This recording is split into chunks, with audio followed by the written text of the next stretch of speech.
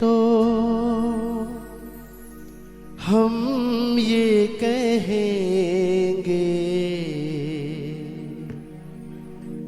हम है प्रणामी, हम है प्रणामी, हम है प्रणामी, हम है प्रणामी। अगर कोई पूछे तो, अगर कोई पूछे तो हम ये कहेंगे, हम है प्रणामी, हम है प्रणामी। पावन कितना आनंददायक ऐश्वर्यपूर्ण यह पर्व विजयवर्धन बुद्ध निष्कलंक कल्कि अवतार का प्रकटीकरण के संदर्भ में शास्त्रों में भविष्यवाणियाँ थी और शाखा विक्रम संवत ईस्वी सन इसकी स्थापना जो हुई है वो अंतिम अवतार जो विजयवर्धन कल्कि अवतार होना था उसके संदर्भ में पूर्णतः वर्णित था, भविष्यवाणी थी। 16वां शाखा लगा शालिवाहन का विक्रम संवत 1735 बैठा रही शाखा विजयवर्धन बुद्ध का। जब कहें शास्त्र और ज्योतिष, शास्त्रों में और ज्योतिष में पहले से ही भविष्यवाणियाँ थी कि परम परमात्मा आएगा।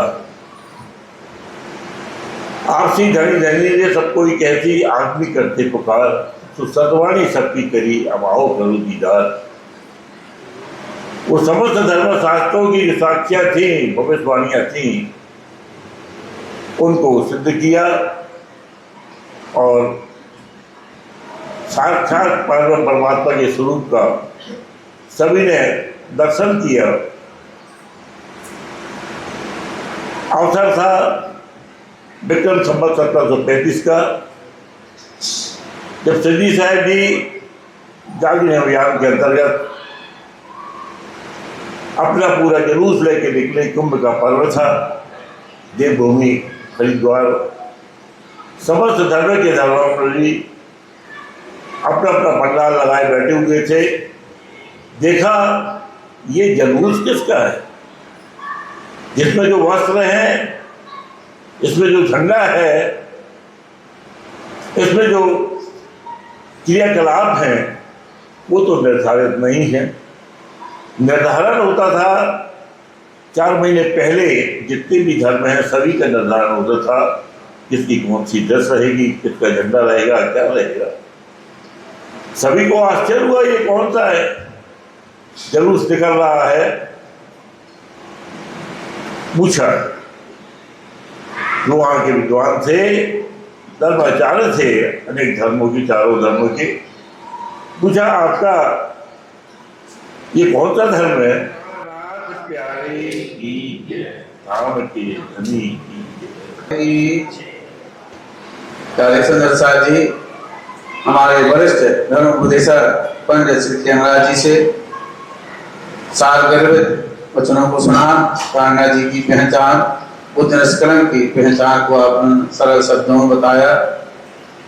और हमारा बड़ा सौभाग्य की बात है कि हमारे धर्म के ऐसे निष्ठावान, विद्युत, वाणी मनोबल, भीतर के रस को पीने वाले और पिलाने वाले, और ऐसे गुरु जी के परम सानिध्य में रहने वाले हमारे मोहन प्रिय आचार्य जी महाराज भी हमारे सानिध्य में हैं।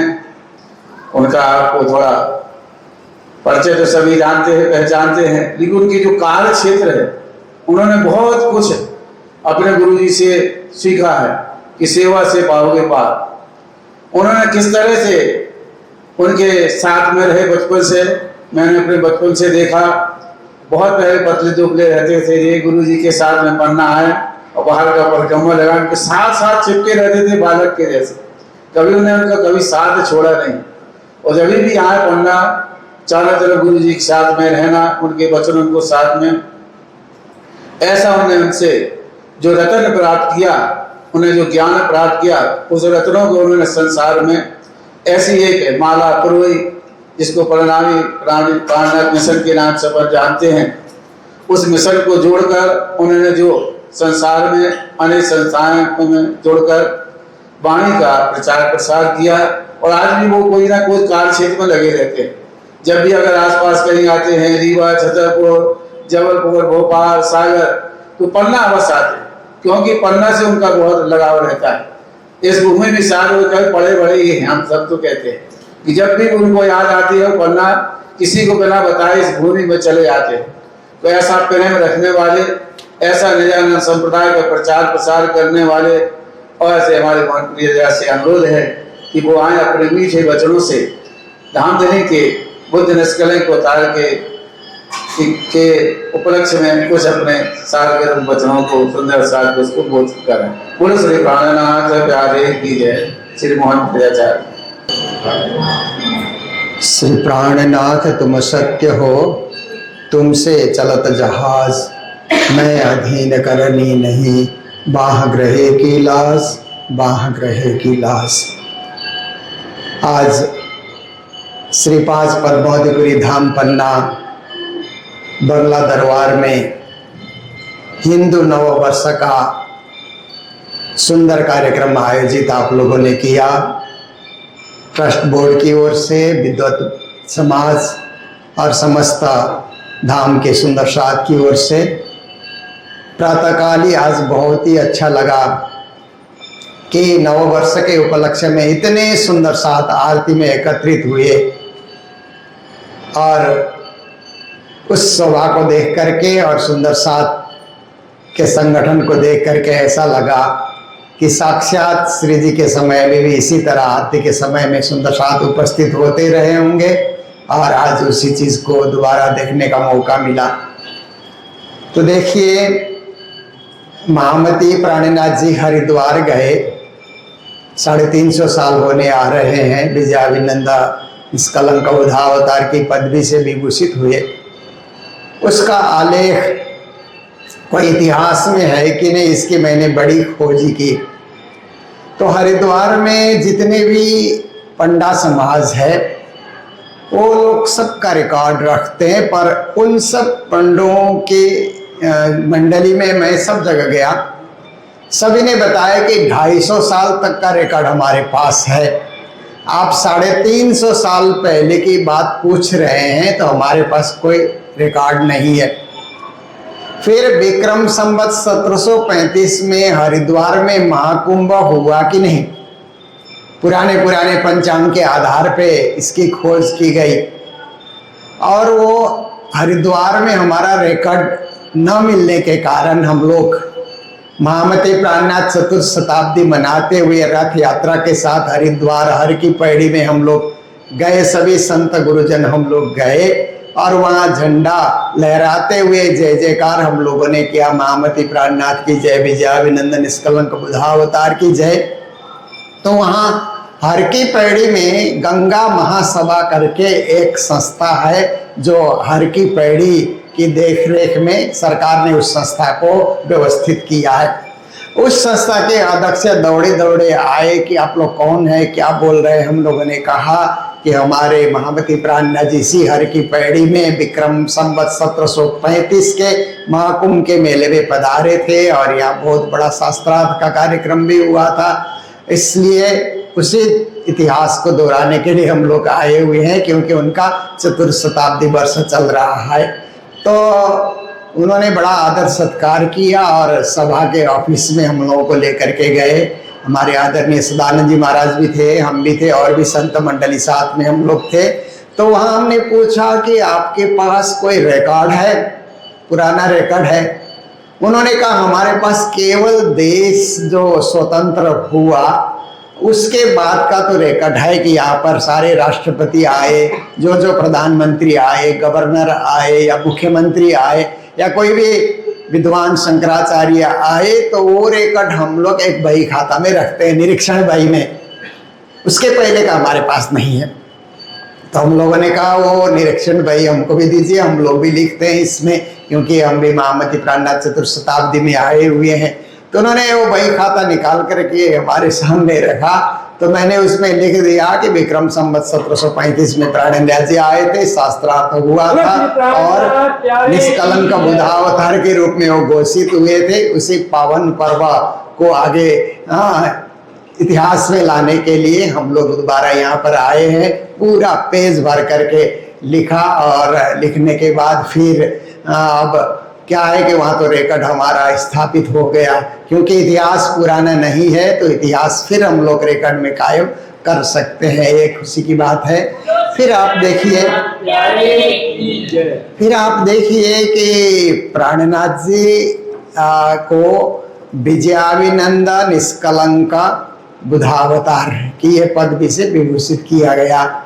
तो एक तरफ आप देखिए कि कल्कि अवतार भी हम लोग बोलते हैं, फिर निष्कलंक भी बोलते हैं, तो इसमें कभी कभी कंफ्यूजन होना स्वाभाविक है। और श्री देवचंद्र जी महाराज के लिए कभी कभी हम लोग बुद्धावतार बुधावतार कहते हैं, तो इसमें भी थोड़ा सा कंफ्यूजन क्रिएट होता है। तो थोड़ा सा मैंने इसमें चिंतन किया, चिंतन करने के बाद मुझे क्या मिला कि हम लोग बुद्धावतार कहते हैं तो गौतम बुद्ध आते हैं, क्योंकि वो बुद्धावतार के रूप में दुनिया में जाने जाते हैं। तो बुद्धिज्म का जिन्होंने प्रचार प्रसार किया वो भी विष्णु भगवान के 24 अवतार में आते हैं, पर क्या है कि उन्होंने वैदिक परंपरा का प्रचार न करके एक अलग से धर्म का प्रचार किया उन्होंने, जिसमें ऊपर ईश्वर है ऐसी कल्पना नहीं की जाती है। क्योंकि हिंदू धर्म में, ईसाई धर्म में, इस्लाम धर्म में, यहूदी धर्म में, सारे विश्व के धर्म में ईश्वर ऊपर बैठा है, परमात्मा ऊपर बैठा है, हम सब उनकी संतान है, ऐसा माना जाता है। पर बुद्धिज्म में और जैनिज्म में कोई ईश्वर ऊपर नहीं बैठा है। उनका सिद्धांत ऐसा है कि ऊपर ईश्वर नहीं बैठा है, यहीं पैदा हो करके जब तप त्याग तपस्या के द्वारा वो ईश्वर बन करके ऊपर चला जाता है, ये सिद्धांत है। इसलिए इन दोनों को नास्तिकवाद भी उस समय कहा जाता रहा। तो आप देखिए कि हम बुद्धावतार कहेंगे तो कहीं कहीं गौतम बुद्ध के तरफ ध्यान चला जाता है, पर बुधावतार एक द और ध जुड़ा हुआ, एक सीधा था, बुधावतार ऐसा हम कहेंगे। जैसे वाणी में आप देखते हैं तो बुधावतार कहने से क्या होता है, बुध ज्ञान को कहते हैं, तो ज्ञान के अवतार तो हमारे सदगुरु धनीश्री देवचंद्र जी महाराज तारतम ज्ञान के अवतार थे, इसलिए बुधावतार उस रूप में हम लोग ले सकते हैं। और महामती प्राणनाथ जी के लिए जो कल्कि अवतार है, ये उस समय के एकत्रित विद्वानों ने देखा कि कल्कि अवतार होने वाला है, इसलिए इन्होंने भी जो है इस धर्म शास्त्रार्थ में विजय प्राप्ति की है, इसलिए इनको कल्कि अवतार से विभूषित किया जाए। पर महामती प्राणनाथ जी तो मात्र कल्कि अवतार नहीं थे, क्योंकि वो 24 अवतार में नहीं आते थे, वो तो साक्षात पूर्ण ब्रह्म परमात्मा के स्वरूप थे। इसलिए इनके ज्ञान में कोई कलंक नहीं है। शास्त्रार्थ हुआ, कोई जमाना ऐसा था कि मुगल लोग भी हिंदू विद्वानों को लड़ाते थे, शास्त्रार्थ करते रहो आप लोग, परस्पर संस्कृत पढ़ो, शास्त्रार्थ करते रहो। तो इससे क्या होता था कि वो आराम से राज कर सकते थे और ये स्वराज की मांग नहीं कर पाते थे, क्योंकि ये आपस में लड़ रहे तो कभी संगठित होंगे नहीं हिंदू लोग, तो फिर क्या स्वराज की मांग करेंगे। ये मुगलों में भी ये चाल चलते थे मुगल लोग। ब्रिटिश लोग आए तो ब्रिटिश ने भी ये चाल चल करके दिखाया कि ये लोग शास्त्रार्थ करते ही रहे, परस्पर लड़ते ही रहे ताकि हम राज करें, ये स्वराज की मांग न करें। पर जब भारत स्वतंत्र हुआ, शास्त्रार्थ की परंपरा को ठप कर दिया गया, अब कोई कहीं शास्त्रार्थ नहीं होता है। तो उस समय महामती प्राणनाथ जी ने भी शास्त्रार्थ को झेला, शास्त्रार्थ पे वो भी जूझते रहे, बातें करते रहे, और उस समय सभी ने विजयाविनंद का अर्थ होता है इस शास्त्रार्थ में आप विजयी हो गए, इसलिए हम आपका अभिनंदन करते हैं। जैसे आजकल बड़े बड़े साहित्यिक गोष्ठी में विद्वानों का अभिनंदन होता है, उस समय अभिनंदन हुआ शास्त्रार्थ में विजयी होने के कारण। किस बात के लिए अभिनंदन किया कि आपका ज्ञान निष्कलंक है, जितने विद्वानों ने ज्ञान बताए उस ज्ञान में क्षर अक्षर अक्षरादित का भेद तो है नहीं। और मोक्ष भी की बात की है कि कौन सा मोक्षधाम अखंड है और कौन खंडित है, किस मोक्षधाम में जाने के बाद लौट कर आना पड़ेगा और कहां से आना नहीं पड़ेगा, ये भी विवेचन करके सब लोगों ने सही ढंग से नहीं बताया। पर प्राणनाथ जी ने वो विवेचन करके जब बता दिया अपने संप्रदाय के सिद्धांत में, तो सबको लगा कि इनका ज्ञान निष्कलंक है, इनके ज्ञान में कोई कलंक है नहीं, एकदम शुद्ध है, पवित्र है, पावन ज्ञान है। इसलिए निष्कलंक बुधावतार ज्ञान के अवतार के रूप में प्राणनाथ जी को पद भी प्रदान किया गया। जहाँ तक मैंने अनुभव किया है तो ऐसा मुझे अनुभव हुआ कि एक तारतम ज्ञान के अवतार के रूप में आप देखिए, चैतन्य महाप्रभु बंगाल में जन्मे, तो बंगाल में उनका आगमन हुआ, जिसके द्वारा ये गौड़ीय संप्रदाय चला और बाद में जाकर के विदेश में प्रचार हुआ तो इस्कॉन के रूप में, इंटरनेशनल कृष्ण कॉन्शियस सोसाइटी के रूप में विश्व भर में प्रचार हुआ। उनको पूछिए कि चैतन्य महाप्रभु कौन थे, सीधा बोलते हैं गौलोक धाम के जो श्री कृष्ण हैं वही चैतन्य महाप्रभु के रूप में अवतरित हुए हैं। बात वही खत्म हो जाती है। वो 24 अवतार विष्णु भगवान में वो जोड़ते ही नहीं अपने गुरु को।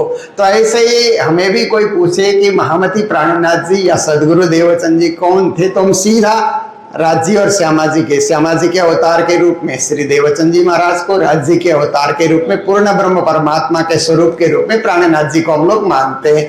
तो इस तरह से होने के कारण अगर हम बुद्ध अवतार और कल्कि अवतार में हम रुक गए तो केवल हम 24 अवतार में ही हम रह जाएंगे। इसलिए उन लोगों के पास और कोई अभिवादन करने के लिए शब्द न होने के कारण कुछ विद्वानों ने कल्कि अवतार और बुद्ध अवतार के रूप में भी माना।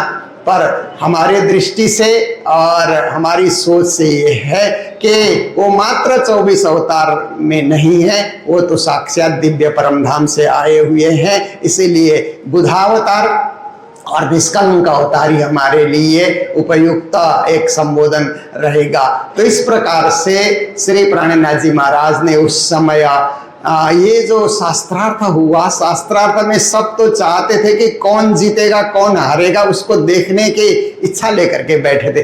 पर प्राणनाथ जी सोचते थे कि इस शास्त्रार्थ के माध्यम से हिंदू संगठन बढ़ाया जाए, हिंदू लोग संगठित रहें और औरंगजेब से टक्कर ले सकें, बादशाह से टक्कर ले सकें, मुगल सत्ता को यहाँ से हटाएं। इसके लिए प्राणनाथ जी महाराज वहाँ डटे रहे, लगे रहे, क्योंकि दिल्ली आने का मकसद ही ये था कि ये जो राज चल रहा है इस राज को हटा दिया जाए और स्वराज स्थापित किया जाए, देश स्वतंत्र हो, देश की संस्कृति बचे, धर्म बचे, सभ्यता बचे, परंपरा बचे, तीर्थ बचे, धर्म ग्रंथ बचे। ये उद्देश्य को लेकर के प्राणनाथ जी महाराज दिल्ली गए थे। दिल्ली के तुरंत बाद हरिद्वार जाने का मतलब यही है कि हरिद्वार में महाकुंभ में सारा हिंदू समाज संगठित रहेगा। तो ऐसे संगठित हिंदू समाज को हम ललकारेंगे कि आप सदा संगठित रहिए और आप इस देश की स्वतंत्रता के लिए भी आप लोग लड़िए। तो ये भी प्राणनाथ जी महाराज का एक विशेष उद्देश्य था। और जब प्राणनाथ जी महाराज ने उन सबको ये बातें भी कही, परंतु सबने साथ नहीं दिया। दिल्ली पहुंचे तो अपने शिष्य ही उनके साथ हैं, बाकी और कोई पूरा समाज उठ करके उनके पीछे नहीं आया। फिर अपने साथियों को लेकर के ही बादशाह को समझाने का बड़ा भारी प्रयास किया गया। तो ऐसे महामती प्राणनाथ जी जो उन्होंने प्राणनाथ जी महाराज ने कहा है कि आए तो इसलिए हैं कि हम आए इतने काम ब्रह्म सृष्टि घर लेने घर धाम। पर दूसरी जगह उन्होंने ये भी कहा कि रोशन कर ले हुक्म बजाए, ब्रह्म सृष्टि और दुनिया देव रे जगाए। केवल मेरा ब्रह्म सृष्टि परम धाम ले जाने का काम नहीं है, मेरा काम है कि ब्रह्म सृष्टि को भी जगाना, दुनिया को भी जगाना, दुनिया को भी संगठित करना, विशेष करके भारत को और भारतीय संस्कृति को भी संगठित रखना। इसके लिए उन्होंने कहा कि त्रैलोकी में उत्तम खंड भरत को तामे उत्तम हिंदू धर्म, ताके छत्रपतियों के सिर आए रहे ते शर्म। इसका मतलब है कि प्राणनाथ जी चाहते हैं कि भारत देश अखंड रहे, संगठित रहे, अपनी संस्कृति और सभ्यता को संजोए हुए ये देश सदा संगठित रहे।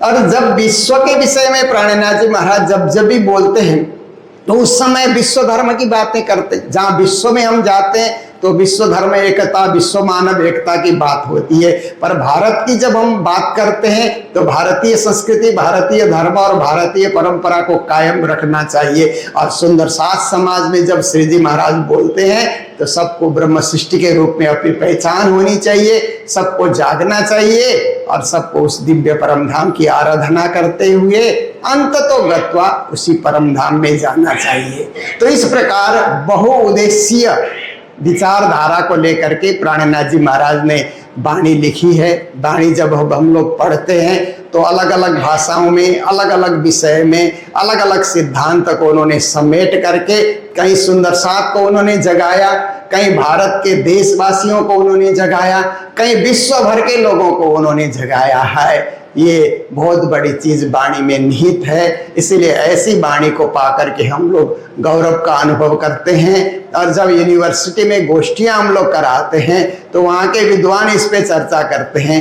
तो हम लोगों को और आनंद आता है। अभी अभी हम लोग ने छतरपुर यूनिवर्सिटी में अभी छोटा सा कार्यक्रम हम लोगों ने किया था। लगभग 15 यूनिवर्सिटी में हम लोग सेमिनार करा चुके हैं और विद्वान लोग इस पे बोलते हैं तो बड़ा आनंद आता है। तो ऐसे बहुमुखी प्रतिभा के धनी, साक्षात धाम धनी, पूर्ण पुरुषोत्तम महामती प्राणनाथ जी के इस विजयाविनंदा निष्कलंक बुधावतार के रूप में समाज के द्वारा प्रतिष्ठित होने के इस उपलक्ष्य में हम लोग बहुत ही आनंद उत्सव का अनुभव करते हैं। सभी जगह ये कार्यक्रम विशेष रूप से मनाया जाना चाहिए। पद्मावतीपुरी धाम में संयोग बस मैं तो बाई रोड जा रहा था तो धाम के दर्शन करते हुए जाएं तो आज सुबह मंगल आरती में जब मेरे को पता लगा कि यहाँ विशेष रूप से मनाया जा रहा है, बहुत ही अच्छा लगा। ऐसे ही पर्व हम लोग मनाते रहें और अपने धर्म को विश्वव्यापी बनाने के लिए सदा तत्पर रहें। इन्हीं शब्दों के साथ सबको हिंदू नववर्ष की मंगल बधाइयाँ देते हुए मेरे शब्दों को मैं विराम करने जा रहा हूँ। बोलो कृष्ण कन्हैया लाल की, सदगुरु महाराज की, श्री प्राणनाथ प्यारे की, विजयाविनंदन निष्कलंक बुधावतार की, प्राणनाथ प्यारे की जय।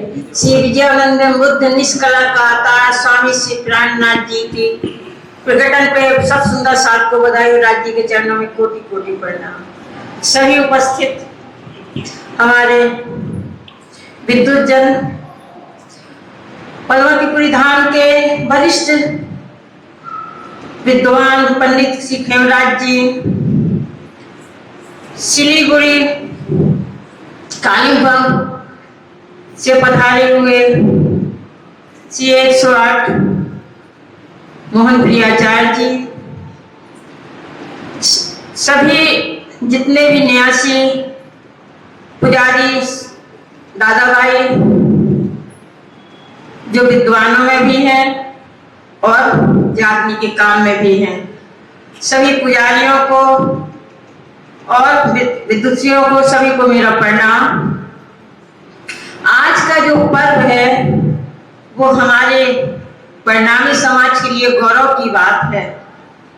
आज के दिन ही महामती श्री प्राणनाथ जी श्री विजयानंद निष्कलंक बुद्ध अवतार के रूप में दुनिया के सामने जाहिर हुए थे। प्रकट तो पहले हो गए थे लेकिन दुनिया के सामने जाहिर हुए। क्या देखिए दुनिया जो इन्हें ना कैसी अखंड, तो सुख शीतल करो संसार, इस भाव से लेकर स्वामी श्री प्राणनाथ जी जो परम धाम की इंद्रावती सखी और श्री सुंदरबाई सखी दोनों एक ही, क्योंकि परम धाम में तो अद्वैत है, वहां तो दो की है, भूमिका ही नहीं है। दोनों स्वरूपों ने मिलके यहाँ आकर के संसार में वह ज्ञान दिया जो संसार में पहले नहीं आया था। क्योंकि जो संसार का ज्ञान है 14 लोक का, वो तो यही की यही व्यक्ति को जन्म और मरण के चक्कर में रखता है। लेकिन स्वामी श्री प्राणनाथ जी का जो ज्ञान है वो परम धाम की प्रेम लक्षणा भक्ति द्वारा जो प्राप्त होता है। महामती श्री प्राणनाथ जी ने वाणी में कहा है, ऐणे पगले चलिए साथी पगला ये ब्रह्मांड। जैसे कि रास में गोपियां किस तरह से प्रेम भाव से मिली थी, वही प्रेम लक्षण की 9 प्रकार की जो भक्ति है उससे संसार में ही रहने का है। लेकिन जो प्रेम रचना भक्ति उसी के द्वारा ईश्वर को प्राप्त परमात्मा को पाया जा सकता है, जो स्वामी श्री प्राणनाथ जी की केवल वाणी ही बताती है। साथ में जो शास्त्रों में पहले से लिखा था कि जब सालवाहन का 1600 व्यतीत होगा, पूरा होगा और 1 माह की क्षय होगी, पुच्छल तारा दिखेगा, तब से विजयानंद बुद्ध निष्कलंक अवतार यहाँ संसार में प्रकट होंगे और वह ज्ञान देंगे जिसके द्वारा संसार के लोगों को मोक्ष मिले। ब्रह्म सृष्टि और को तो घर लेके जाना ही है, लेकिन ईश्वरी सृष्टि को भी साथ में जाना, लेकिन संसार के लोगों को भी मोक्ष मिले, ये स्वामी श्री प्राणनाथ जी का नारा था। लूला सिंधराती कहे लूला पहला साथ में तिनका न छोड़ू साथ, तो सबको लेकर परम धाम की बात तो कही थी। सारे वेद शास्त्रों में इसके उदाहरण भी हैं, साक्षी दी गई हैं। साक्षी के रूप में आपको बताते हैं, शिव जी व्यास जी से कहते हैं पुराण संहिता में, धन्य कलयुग, धन्य कलयुग, धन कलयुग।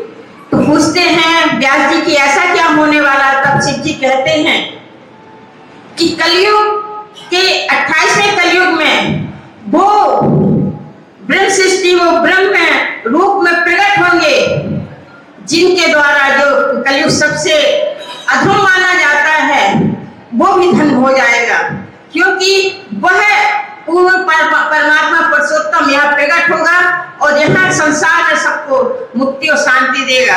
साथ में सिखों की गुरुवाणी में भी साक्षी है, नेह कलंक हो उतरसी महाबली अवतारा, संत रक्षा जुग जुग करे दृष्टा करे संघारा, नवा धर्म चलाओसी जग में हो बनहारा, नानक कलयुग तारसी किरंतन नाम आधारा, किरंतन नाम आधारा।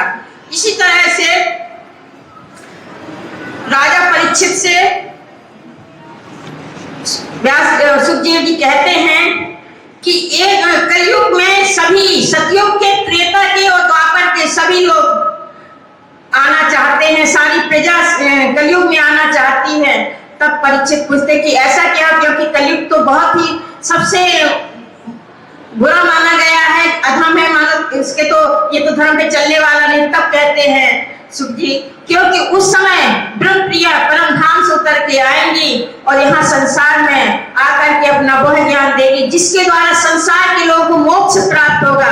उस मोक्ष प्राप्ति के लिए सभी चाहते हैं कि हम कलयुग में भी अवतार लें, इसलिए कलयुग ये धन्य धन है।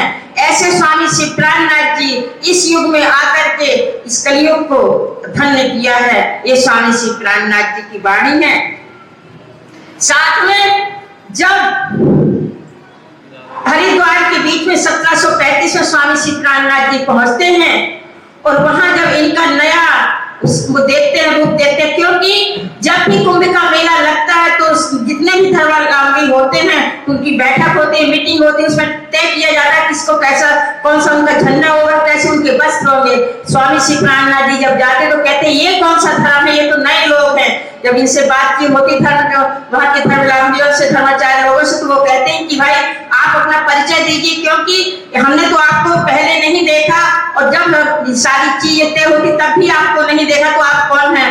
तो और तुम कहते हैं कि आप बताइए, तो कहते मेरा धर्म तो पुराना है, सनातन है और पुरातन है। तब स्वामी श्री प्राणनाथ जी कहते कि आप अपना पहले परिचय दीजिए। जब सब वो अपना धर्म का परिचय देते तो स्वामी श्री प्राणनाथ जी कहते कि आपने जो भी अपने जितने भी सूत्र बताए हैं, गोत्र बताए हैं, जो भी बताए हैं वो सब 14 लोक के अंदर ही है और 14 लोक का ब्रह्मांड तो महाप्रलय में नष्ट हो जाएगा, तो फिर आप पुरातन सनातन कहाँ से हुए? तब वो अपनी हार मानते हैं और स्वामी श्री प्राणनाथ जी से कहते कि आप अपना परिचय दीजिए। तब स्वामी श्री प्राणनाथ जी जो अपना बताते हैं, निजानंद पद्धति बताते हैं जो महेश्वर तंत्र में दी गई शिव जी ने पार्वती को बताई है। जब वो बताते हैं सदगुरु ब्रह्मानंद है सूत्र अक्षर रूप शिखा सदा तीन से परे चेतन चित्त अरूप, जब इस तरह से पूरी पद्धति बताते हैं तब वो लोग मानते हैं कि हाँ जो पहले से साक्षी दी गई थी वो सारी साक्षी यहाँ आके इनके द्वारा खुलती। किस तरह से कि जैसे चिंतामणि जी ने जब कहा था वो जो उनकी साथी थी, कबीर की साथी, कि जो इस साथी को बताएगा वो मेरा गुरु होगा। तो जब स्वामी श्री प्राणनाथ जी वहां जाकर कहते हैं उस मक्खी चल बैठी हूँ बोलत अमृतवाणी उस मट्टी के मथने बिन पानी जब इस तरह से पूरी साथी बोलते तब चिंतामणि जी कहते हैं कि जिसका मैं इंतजार कर रहा था वो आज यहाँ आ गए हैं और मैं इनका शिष्य, क्योंकि मेरे गुरु भी जो कबीर थे वो कहते जब मैं इनका चेला हूँ तो मैं भी तो इन्हीं का इंतजार। इसी तरह यहाँ हरिद्वार के बीच में सभी लोग इस बात को मानते हैं कि यही वह निष्कलंक अवतार आए हुए हैं जो सारे संसार को लोगों को वो ज्ञान देंगे जो अभी तक नहीं। इन्हीं शब्दों के साथ मैं सबको नए वर्ष की श्री गजानन बुद्ध निष्कलंक अवतार के प्रकट होने की बहुत बहुत शुभकामनाएं। प्रणाम। बोलो श्री प्राणनाथ प्यारे की। बंगला की दरबार में उपस्थित वरिष्ठ उपदेशक पंडित श्री खेमराज जी महाराज जी, मोहन प्रिया चार महाराज जी और गुरुजन विदुषी बहने पुजारीजन मंदिर ट्रस्ट के पदाधिकारी और समस्त सुंदर साथ के चरणों में प्रणाम करते हैं। वह 1735 का वह समय जब हमारे धनी जगह जगह जागृत करते हुए हरिद्वार कुंभ के मेले में पहुंचते हैं, वहां नाना प्रकार के साधु संप्रदाय अनेक प्रकार के लोग वहां पे कुंभ के मेले में उपस्थित हुए। जैसे धनी पहुंचे तो सब कहते हैं कि आपका संप्रदाय है नया दिख रहा है तो आप क्या दे अपना परिचय दीजिए। तब जब स्वामी प्राणनाथ जी परिचय देते हैं तो सब पहले तो कहा उनको सबके का परिचय सुना। सबने कहा का परिचय दिया, इसी संसार का दिया। तो संसार के 14 लोक के अंतर्गत के जितने भी स्थान हैं वहां का परिचय दिया। जब स्वामी प्राणनाथ जी ने परिचय प्रारंभ किया तो कहां का दिया, क्षर पार अक्षर अक्षर पार्वत जागिए इनका, जिसके लिए अनेक लोगों ने प्रार्थना की, खोज की, लेकिन कोई पाया नहीं।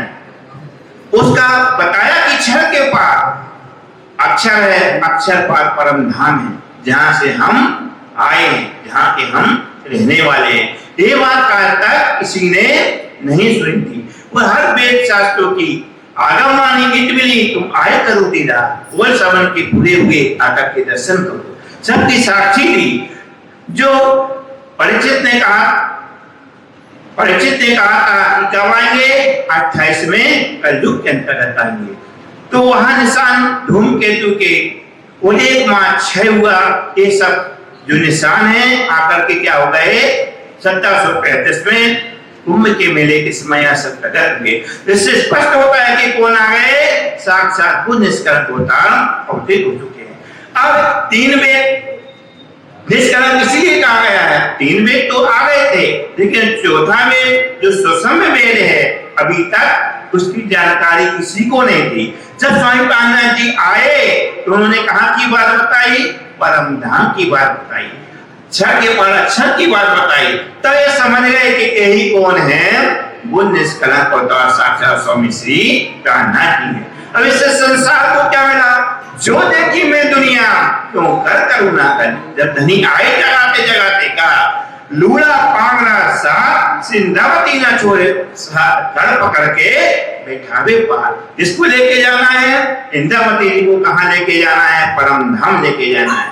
तो ब्रह्म षष्ठी कहाँ जाएंगी, परम धाम जाएंगी। यीशु षष्ठी अक्षर धाम जाएंगी। वो संसार के लोगों को 8 प्रकार की विष्णु में क्या मिलेगी, मुक्ति मिलेगी। यही क्या है, धनी आए यही संसार के लिए है कि उन्हें 8 प्रकार की, इसके लिए संसार के लोग अनेक प्रकार से करते हैं। और धनी ने क्या दे दिया, सहज में संसार के लोगों को 8 प्रकार की क्या दे दी, मुक्ति दे दी, विष्णु प्रदान कर दिया। इस प्रकार धनी आए तो संसार को मुक्ति मिली। इसी प्रकार सभी को नव वर्ष बुद्ध निष्कलंक अवतार की प्रकट के बधाई वाणी को विराम देते हैं। प्रणाम।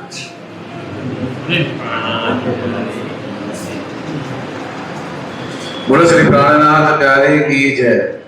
हमारे विदुषी रश्मि से कहूं कि वो भी अपने यहाँ का अपने बच्चों को यहाँ पर साथ करें।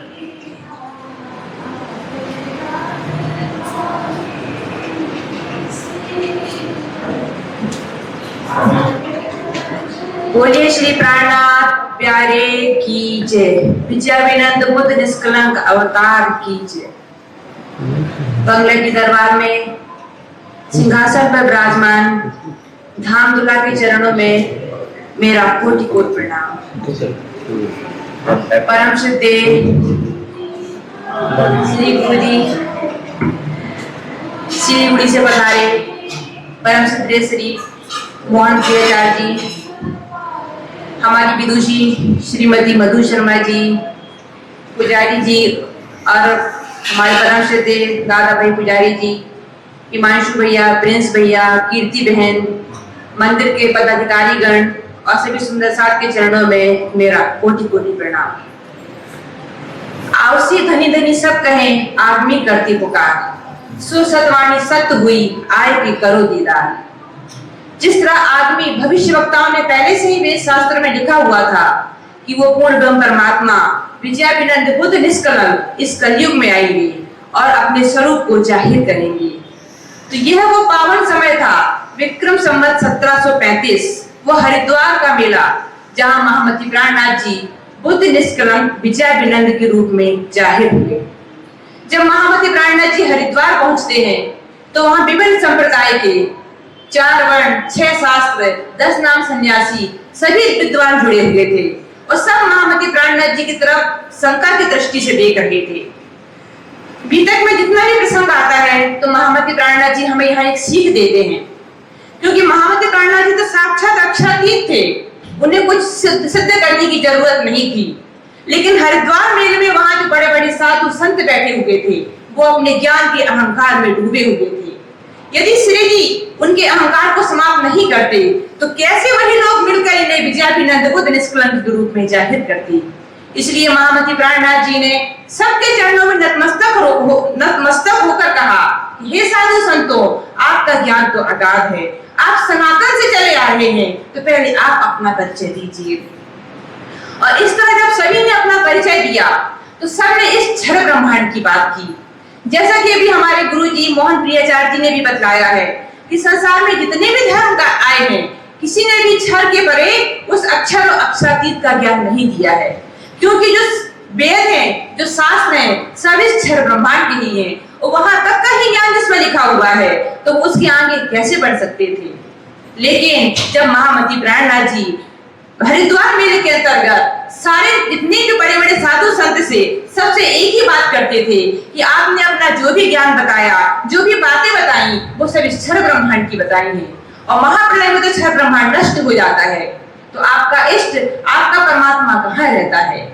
और आखिर में जब सबने महामती प्राणनाथ जी से कहा कि अब आप अपना परिचय दीजिए, तब उन्होंने क्षर से लेके बेहद और उस अक्षर की पूर्ण परमात्मा की सारी पहचान इस संसार में जाहिर की। उन्होंने बताया कि वो कौन सी शक्ति है जो ब्रह्मांड बनाती है और कैसे ये ब्रह्मांड की रचना होती है। और यहाँ पर इनके मन में जो साधु संत थे, उनके मन में जो शंकाएं थी, उन सब का समाधान हो गया, क्योंकि वाणी में भी लिखा हुआ है, अवतार जो निष्क कलंक नो तो अश्व अधूरो रहो, पुरुष कोई दीठे नहीं नेनो, तुरी को कलंकी तो कहो। जो धर्म रूपी घोड़ा है उसके ऊपर जो पुरुष जो वो 3 पैरों से खड़ा हुआ है, उसका एक पैर ऊपर उठा हुआ है और उसमें कोई पुरुष भी नहीं बैठा है, अर्थात उस धर्म की गुत्थियों को सुलझाने वाला कोई पुरुष में नहीं बैठा था।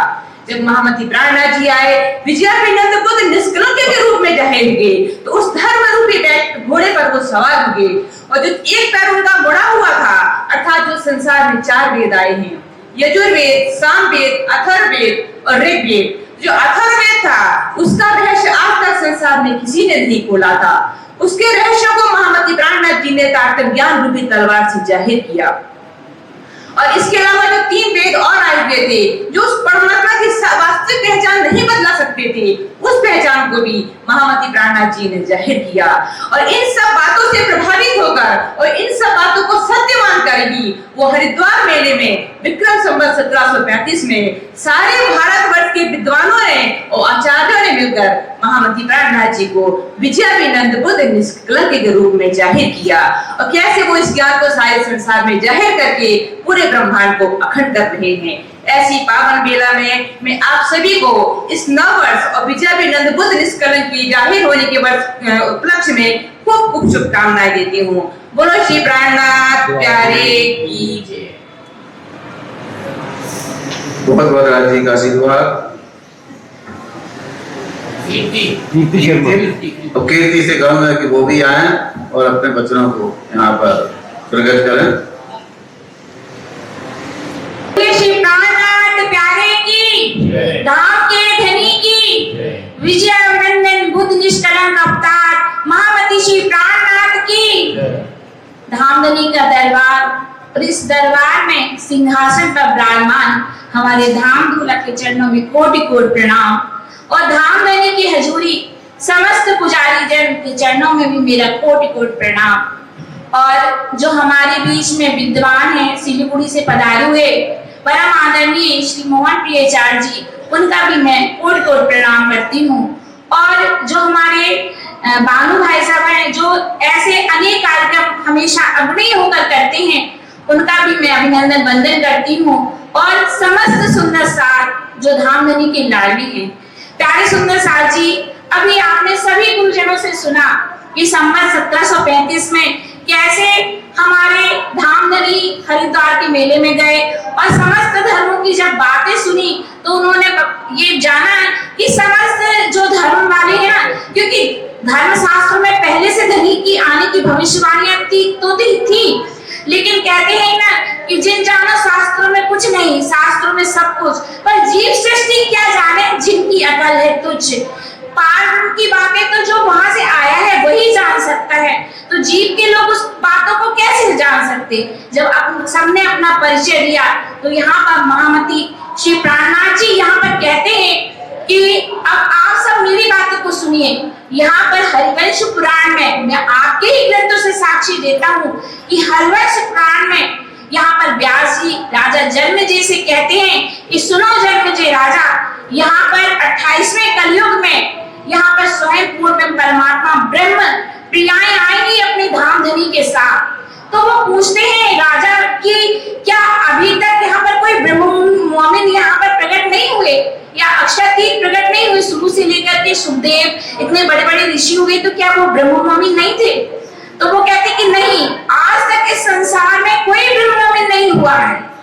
वो ब्रह्म मोमिन इस संसार में आने वाले हैं और वो किसी देवी देवता आराध्य की पूजा नहीं करेंगे, केवल वो एक उत्तम पुरुष जो है उसको ही ध्याएंगे। ये सारी बातें यहाँ पर महामती श्री प्राणनाथ जी पूर्ण रूप से बताते हैं, जैसे कि हम बीतक के माध्यम से इसको और भी अच्छी तरह से जानते हैं। तो यहाँ पर सब धर्म वाले कहते हैं कि आप अपनी पद्धति बताइए और अपना गोत्र, ये सारी बातें पूछते हैं, तो भी वो उन्हीं के शास्त्रों द्वारा बताते हैं कि आप महेश्वर तंत्र में देखिए, जिसकी बातें आज तक कोई उजागर नहीं कर पाया है, उसमें हमारी पद्धति लिखी है। हम कहीं अलग से पद्धति नहीं लाए हैं। और जब उसका ये धर्म शास्त्रों से सारी बातें बताते हैं कि जो हमारी पद्धति है वो सतगुरु परम आनंद देने वाली जो हमारी श्यामा महारानी अहल्यानी है उनसे शुरू होती है और उनसे ही खत्म होती है। हम कहते हैं कि निजानंद है संप्रदा से सदगुरु धनी श्री देवचंद जी निजानंद से प्रकट करी है संप्रदा। तो इस तरह से ये वहां पर परिचय होता है और समस्त धर्म के लोग यहाँ पर अभिनंदन वंदन करते हैं, जय जयकार करते हैं। 14 लोक के ब्रह्मांड में नवखंड की आरती उतारी जाती है। तो ये जय घोष केवल संवत 1735 का नहीं था सुंदर सार जी, धनी हमें इतना ज्ञान देकर गए हैं, क्योंकि हरिवंश पुराण में ये भी लिखा है कि जो उनकी कथा होगी ना वो बिल्कुल नौतन और नवीन होगी। आज तक किसी ने वो कथा सुनी नहीं होगी, क्योंकि जो सुषम वेद है उसका ज्ञान हमारे 18,758 चौपाइयां, जो हमारा कुलजन स्वरूप कहा जाता है, जो हमारे धनी का वामंग स्वरूप कहा जाता है, वही हमें आगे प्रेरित करता है कि हम समस्त धर्म शास्त्रों को उनके धर्म शास्त्रों से उनको समझाएं और एक परमात्मा की पहचान कराएं। एक साधे सब साधे, सब साधे सब जाए, जो तो सींचे मूल को फूले फले अढ़ाए, हमें एक परमात्मा की ओर ले जाता है। और जो हमें धनी ने वहां पर जयकारा और अभिनंदन हुआ, वो हमें ये बताता है कि तारतम्य सार जागनी विचार, आज भी वही समय है जो संवत 1735 में था।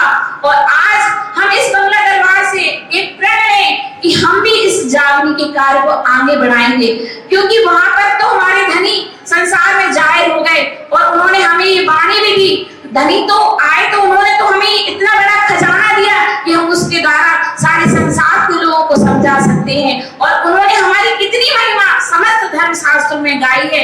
यदि हम दृढ़ मोमिन हैं तो हमारा भी कर्तव्य है, क्योंकि सोई सुहागिन धाम की जो करसी तिरोशन, तोल मोल दिल माफक देसी सुख सबन। और इसी के साथ आज के दिन ही इस सृष्टि का निर्माण हुआ है, तो नव वर्ष आज के दिन ही प्रारंभ होता है।